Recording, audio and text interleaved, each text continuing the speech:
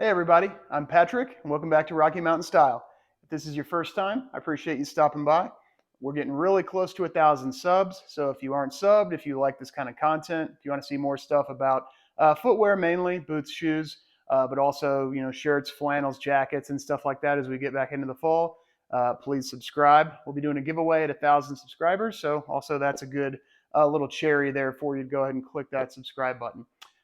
So today we are talking about the Grant Stone Coast sneaker. This is in the Saddle Tan Minerva, of course, from the Carlo Badalassi Tannery in Italy.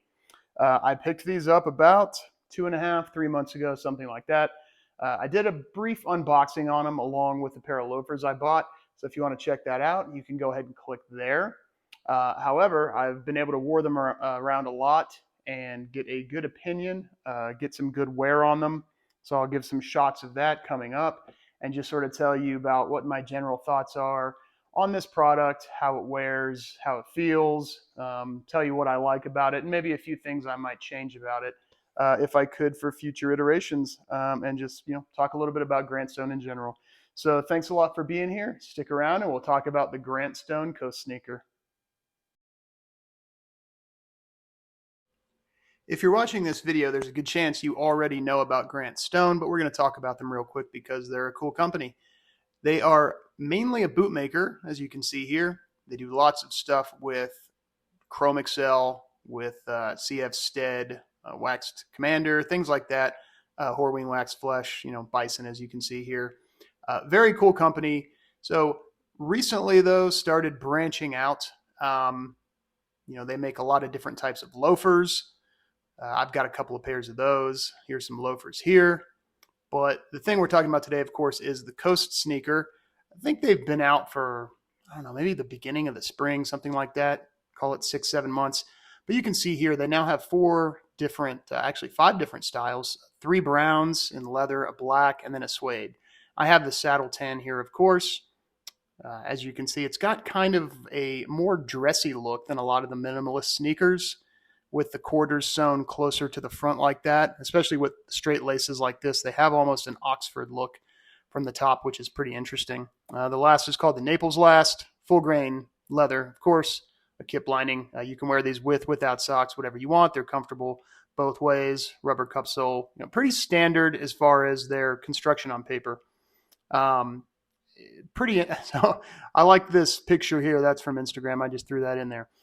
Interesting thing about these, they were B grades along with the loafers you see here. I bought them from Grant Stone. I'm going to show you here where to look for the B grades if you haven't seen them before.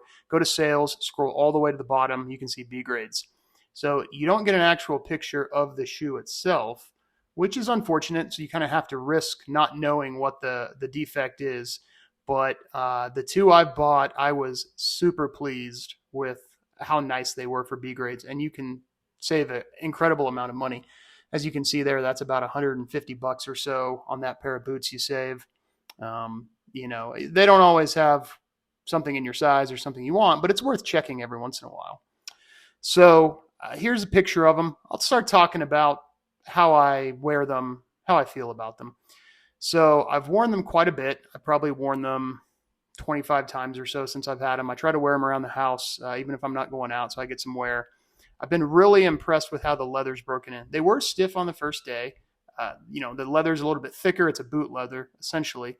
But one of the things about having that nice thick leather is the fact that when you walk, instead of it squeaking like some cheaper leather does, it kind of creaks. It almost sounds like ropes on an old sailing ship that you might see in a movie like Master and Commander or something. So every time I walk, I think about being on the deck of a ship and the ropes creaking as the sails move and things like that. Some videos here showing you the wear. So here's the side. You can see the small dot there in the center of the quarter that I'm zooming in on. That is from soapy water from my daughter's bath. I couldn't get that out, unfortunately.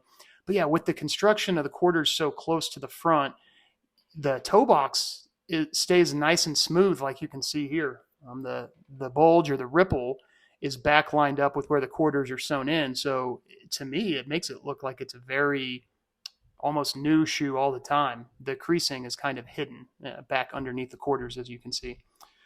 But yeah, the leather, it's darkened slightly. It's starting to pick up a little bit of patina. I'm a huge fan of these. The comfort's high. It's really no complaints. 282 is pretty pricey. That's why I bought them as B grade. So I think they're probably worth 282, but I don't think I would have bought them at 282. But there you have it. Thanks for watching. Let me know if you have any questions.